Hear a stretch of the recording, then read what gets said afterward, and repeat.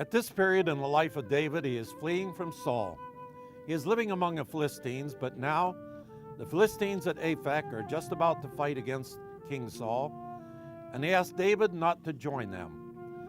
David goes down to Ziklag, and at Ziklag the Amalekites attacked Ziklag and burned it with fire and took away his 2 wives and the other soldiers' wives and their children. Let's read about it in 1 Samuel chapter 30. Begin reading at verse 9. So David went, he and the 600 men that were with him, and came to the brook Bezor, where those stayed who were left behind.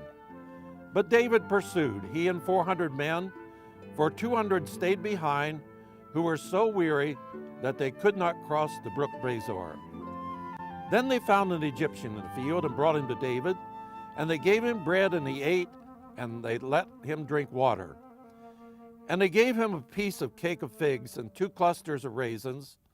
So when he had eaten and his strength came back to him, for he had eaten no bread nor drunk water for 3 days and 3 nights. Then David said to him, "To whom do you belong, and where are you from?"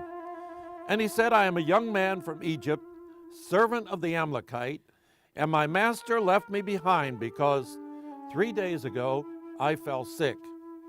We made an invasion of the southern area of the Kerethites, in the territory which belongs to Judah, and of the southern area of Caleb, and we burned Ziklag with fire." David said to him, "Can you take me down to this troop?" So he said, "Swear to me by God that you will neither kill me nor deliver me into the hands of my master, and I will take you down to this troop." When he had brought him down, and they were spread out over all the land, eating and drinking and dancing, because of the great spoil that they had taken from the land of the Philistines and from the land of Judah. Then David attacked them from twilight until evening of the next day. Not a man of them escaped except 400 men who rode on camels and fled. So David recovered all that the Amalekites had carried away, and David rescued his 2 wives. And nothing of theirs was lacking, either small or great, sons or daughters, spoil or anything which they had taken from them. David recovered all. Then David took all the flocks and herds they had driven before those other livestock and said, "This is David's spoil." And now here is Ari Bar David to explain to us further about this incident in the life of David. So here we are in the city of Ziklag. Everything is burned behind us. Everything is destroyed. Remember one thing, no one dead body. God promised David that you will recover. I will recover all. And this is so important word. It will appear again and again that God recovered all, everything. So David started to pursue the Amalekites. With how many people? 600. Let's remember that this is the last stage of the fight between Saul and David. And David, during all this period, has 600 people following him. And he started running all the way west and south. This is the area of the Amalekites. I point with my hand, the direction to Egypt. Now this is very hard area. Sand dunes all around. The Besor River, brook. It's deep and very hard to pass. Most of the time you have a desert wind in front of your face. Running, pursuing, and mainly remember that this group of people have just finished a long trip, doing it from Aphek to Ziklag itself. So it's no doubt that some of the people, when they arrived to the Besor brook, which is very hard to get down and much harder to climb on the other side of it, they could not do it. The Bible says that 200, 1/3 of the force, could not do it. They were so weary, and they decided and they asked to wait there for David.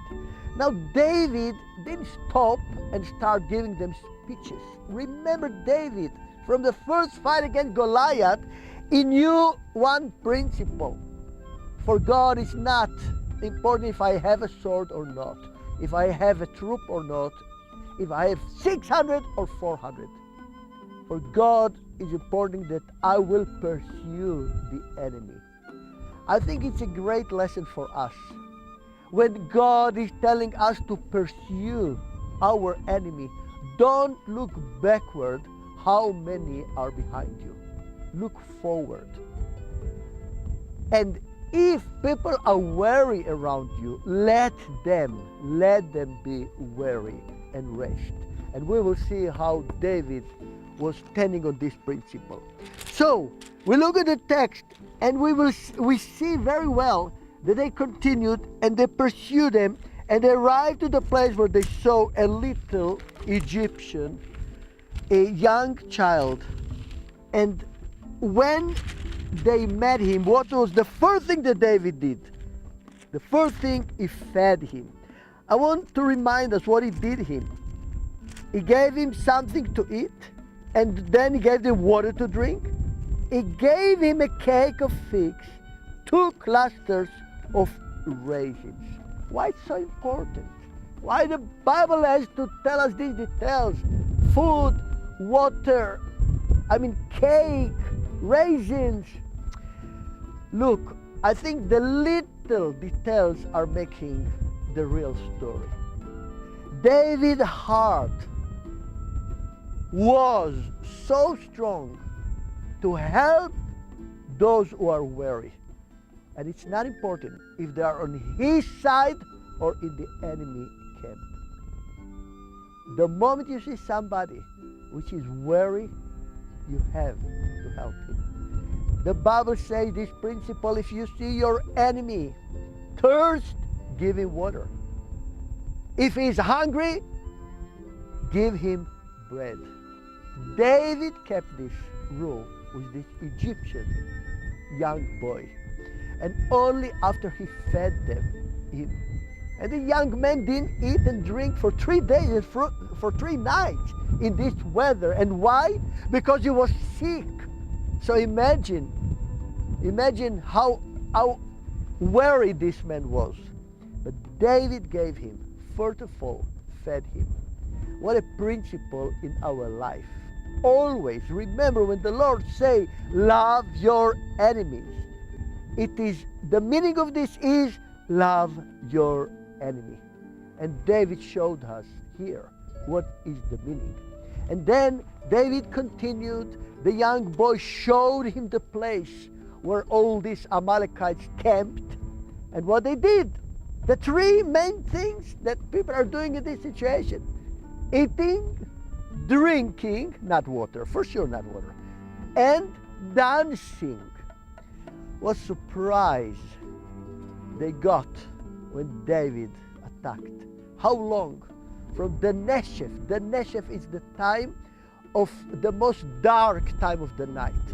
So he did all from early in the morning all the way till he arrived to them, attacked them in the most dark time of the night. And he continued to fight with them, to rob them, till the next day, till the evening.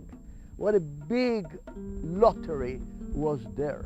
And after he finished all this, he came back to the camp. Now, we see that when he came back to the camp, or not to the camp, to those who were waiting for him, it's written that he brought everything, all the cattle, all the flocks, everything. And people say this is the lottery of David. Last thing, we are talking now about events in the life of David, which didn't take once and then 1 year passed, another event, another 2 years passed, like some of the events that happened before in the life of David. We talk now about events that are happening one after the second. What is the meaning? On the same time that the Philistines made all their big marching from Afek to Ein Israel, David made the way from Afek to Chiklag. When Saul, being on Mount Gilboa and seeing the Philistines down in Afek, moving to Ein Israel, he was frightened to death. And what he did out of this frightening, he went to the witchcraft that was in Endor. On the same time, David finished to cry, to weep, and ask the Lord, and he was going to pursue the Amalekites. Now I want you again to notice, on the same evening, almost the same time, when Saul is going to the witchcraft, and what he got from her. What is the promise? You remember what she told him? Tomorrow, you and your sons with me, down in Sheol. David got a promise.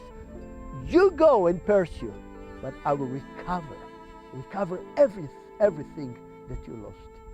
What a beautiful difference when we walk with the Lord and when we walk our own way. What a promise the second got. What a curse Saul